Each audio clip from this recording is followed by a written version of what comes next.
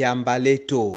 Kama unapenda upata habari za mzuri za ukweli na uhakika, fungula Yambaleto TV. Usikose kusubscribe, pia kulike na kucomment. De nos compatriotes. Et ça, c'est inacceptable. Parce que avec le produit de ces ventes illicites, ils vont équiper leur armée et continuer leur expédition aventureuse en République démocratique du Congo. Et qui en est le complice? C'est l'Union européenne. Donc nous allons nous-mêmes, comme on a commencé à le dire à l'ambassadeur, le représentant de l'Union européenne ici, nous allons entamer des actions, d'autres actions diplomatiques et même judiciaires pour empêcher cette ignominie inexplicable. On ne comprend pas ça.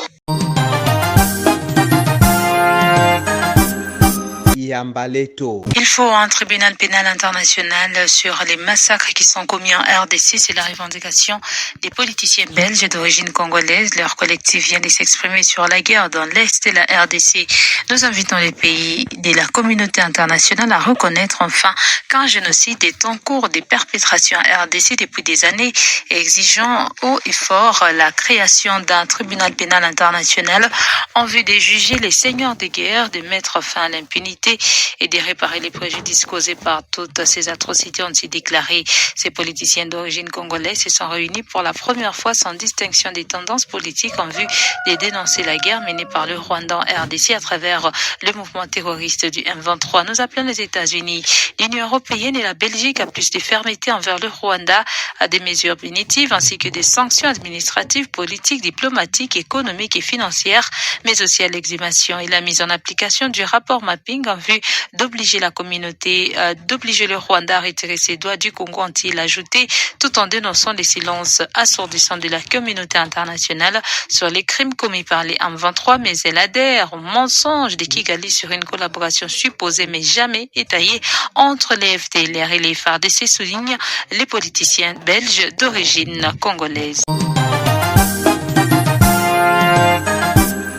Yambaleto.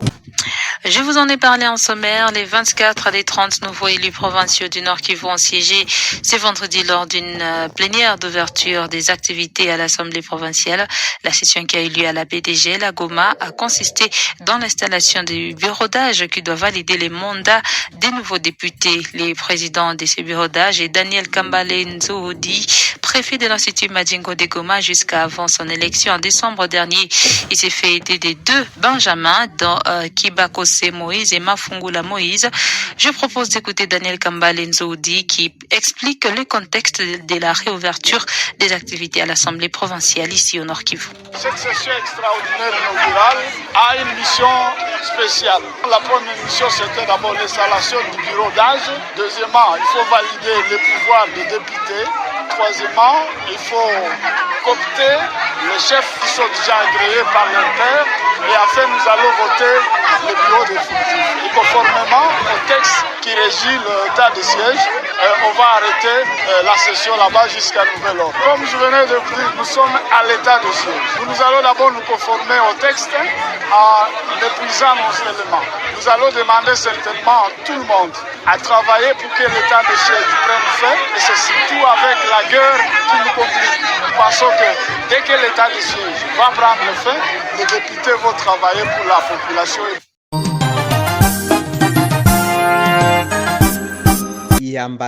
Dans le Sud Kivu, pour clôturer ces radios-journal confrontés à une insécurité quasi permanente et qui fait beaucoup de morts presque tous les mois, les habitants de la ville de Bukavu se font de plus en plus justice. Un nouveau cas vient d'être rapporté dans le quartier Nyalukimba où les habitants ont mis la main sur un criminel avant de les brûler vifs. La société civile qui s'inquiète des cas de justice populaire à Bukavu sensibilise les autorités sur l'urgence de rétablir la sécurité dans la ville. Nous avons joint son président David Chikuru, écoutez-le. Nous sommes en train de dénoncer chaque jour. Malheureusement, nous ne sommes pas écoutés. Nous sommes en train de demander aux jeunes de travailler au lieu de se mettre à causer des actes de vandalisme, malmener les gens qui viennent des fêtes. On ne peut plus circuler au-delà de 21h parce qu'on a peur d'être malmené par certains délinquants. Nous demandons aux jeunes de se mettre au travail et laisser la barbarie parce que cela peut exposer leur vie. Demandons aussi à la justice quand quelqu'un a commis commis des dégâts, il faut qu'il puisse répondre de ces actes. Demandons à l'État aussi de disponibiliser le travail pour les jeunes, de passer toute leur journée en train de consommer la bière ou la boisson fortement alcoolisée. Kama unapenda upata habari za mzuri za ukweli na uhakika, fungula Iyamba Letu TV. Usikose kusubscribe, pia kulike na kucomment.